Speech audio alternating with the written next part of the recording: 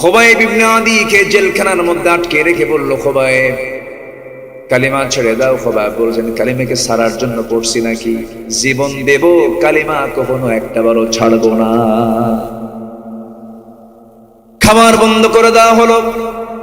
খাবার বন্ধ করলে কি হবে? আল্লাহ তাআলা তো নিজেই বলেছেন, বান্দার তাওয়াক্কুল যদি পাখির মতো হয়ে থাকে, রাসূল বলেছেন সেই বান্দাকে আল্লাহ পাখির মতো রিজিক দিবেন। ওয়া মান ইয়াতাওয়াক্কাল আলাল্লাহ ফাহুয়া হাসবুহ। জোরে বলি আল্লাহু আকবার। খুবাইব বললেন, আমার খাবারের কোনো প্রয়োজন নেই, আমার আল্লাহ আমার খাবার যোগান দিয়ে দিবেন। খাবার বন্ধ হলে কি হবে? 3টা মাস কোনো খাবার তার রুমে দেওয়া হয় নাই। প্রত্যেকটা বেলা আল্লাহ ফেরেশতা দিয়ে তার জন্য জান্নাতের আঙ্গুর পাঠাইয়া দিয়েছে।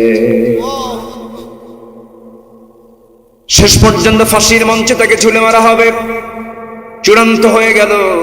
খুবাইবকে তারা ফাঁসি কাস্টে ঝুলিয়ে মারবে। সবাই তাকে ধরে নিয়ে যাবে। এমন সময় বলা হলো, খুবাইব তোমার অন্তিম ইচ্ছাটা কি?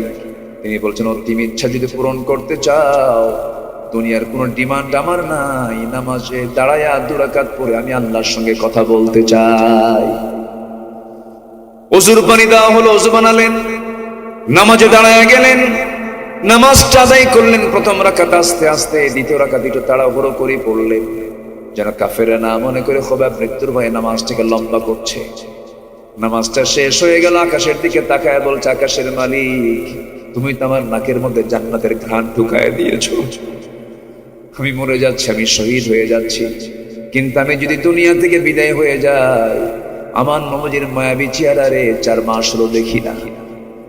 আমি যদি দুনিয়া থেকে বিদায় হয়ে যাই, আমার বিদায় সালামটা তুমি আল্লাহ আমার নবীর দরবারে পৌঁছায় দিও। এই দোয়া সম্পূর্ণ করে দৌড় মারলেন। ওই দিকে দৌড় মারলেন যেদিকে ফাঁসি কাস্ট ঝুলানো তাকে মারা হবে, সেই ফাঁসির মঞ্চের দিকে দৌড়ায় যান। সবাই বলে, মানুষ মৃত্যু থেকে বাঁচার জন্য চেষ্টা করে, তুমি মৃত্যুর জন্য দৌড়ায় যাচ্ছ কেন?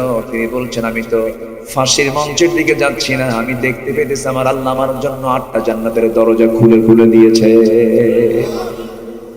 জোরে বলি সুবহানাল্লাহ। খুবাইব রাদিয়াল্লাহু তাআলা কে হাত পা বাঁধা হলো। হঠাৎ করে তার মুখের সামনে একজন বলে ফেললো, খুবাইব তোর জায়গায় মুহাম্মদকে রাখলে কত না ভালো হতো।